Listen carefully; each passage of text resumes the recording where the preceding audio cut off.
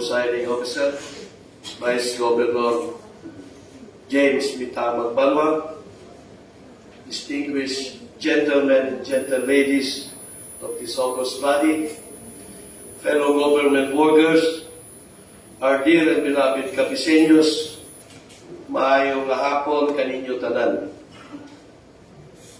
I would like to recognize our distinguished guests who honored us by their presence today, as recognized by our Secretary previously. I may be at a loss for words to express my emotions and gratitude to the people of the 10 municipalities of the 2nd District of Capiz. I can only think to say thank you so much from the bottom of my heart for the opportunities to serve you again as one of the members of this distinguished Sangguniang Panglalawigan in the province of Capiz. As I remember, 21 years ago, when I take also my inaugural address last 2001, and I stand last in this podium 11 years ago, that was 2010. First of all, I want to express my heartfelt gratitude to my families, my loved ones, friends, and Team Gugma leaders and supporters for installing me again with confidence to carry out my duties and responsibilities as one of the legislator in our province with 77,000 votes. Thank you to everyone who supported me, trusted me with your sacred right to vote. I am sincerely committing myself to serve you all regardless of any political color. You have indicated your faith in me, and as in an honor and privilege, I am genuinely moved by your generosity. And as a guarantee you that I will work tirelessly to ensure that your concerns are heard and handled.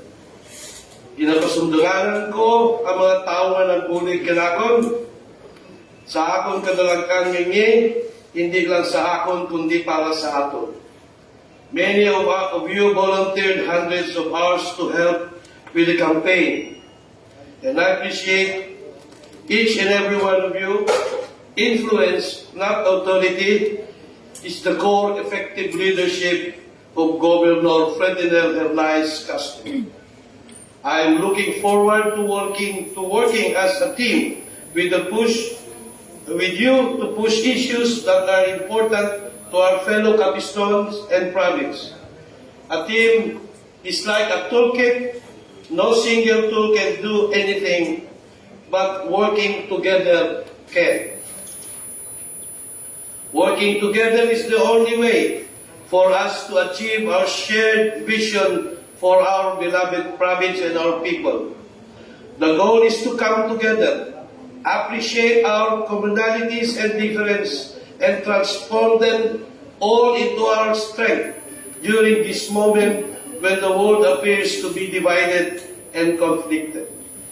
That means that we must do what is right for all people, not just our own, even if it means sacrificing our personal interests. Our loyalty must be to those who have pledged to serve the people. During these trying times on this pandemic period, my highest commitment is to represent you in the Sangguniang Panglalawigan as a voice so that we can achieve our common goals. Sa aton mga kabataan, kababaihan, katigulangan, kag sa mga naglain-lain ng mga sektor sa aton komunidad, mamumugon, profesional kag mangingisda, aton ina sila tatapon. From now on, your problems will be our problems. Your concerns will be our concerns. Your hope will be our hope. We have a lot of work ahead of us, but but I am eager to start it for you, but we want to be as available and responsive as to you as possible. So today, it is not just a celebration, but today is just the beginning of many beginnings. Thank you so much for this incredible honor. As John F. Kennedy once said, ask what not your country can do for you, ask what you can do for your country. To paraphrase it, ask what not your province can do for you, ask what you can do for our beloved Capiz. We will change the face of governance for the people of Capiz. With our Christian values of love, compassion, and commitment to serve with our hearts.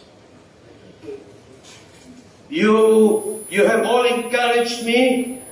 Thank you for having faith in me and believing in me to do this very important job. Saliwat, alin sa kabukiran kag kapatagan kag sa baybayon ng segundo distrito sa pulo ka munisipyo halin sa Banwat Dumaraw, Banway Tapas, Dumalag, Kwartero Dao, Pambusaw, Hamindan, Sapian, Ibisan, kag Sigma. Sa Timbugma, sa aton pinalaga ng Gobernador Ferdinand Otto Castro, kag si Congresswoman Inday Baby Castro, kag sa tanan nga kapiston, himpit sa akong tagipusoon ang akong pagpasalamat. Salamat liwat, mga kapisnon, palangga namon kamo, ubayan kita tanan sang mahal nga Ginoo. Madamong gid salamat kag maayong hapon liwat.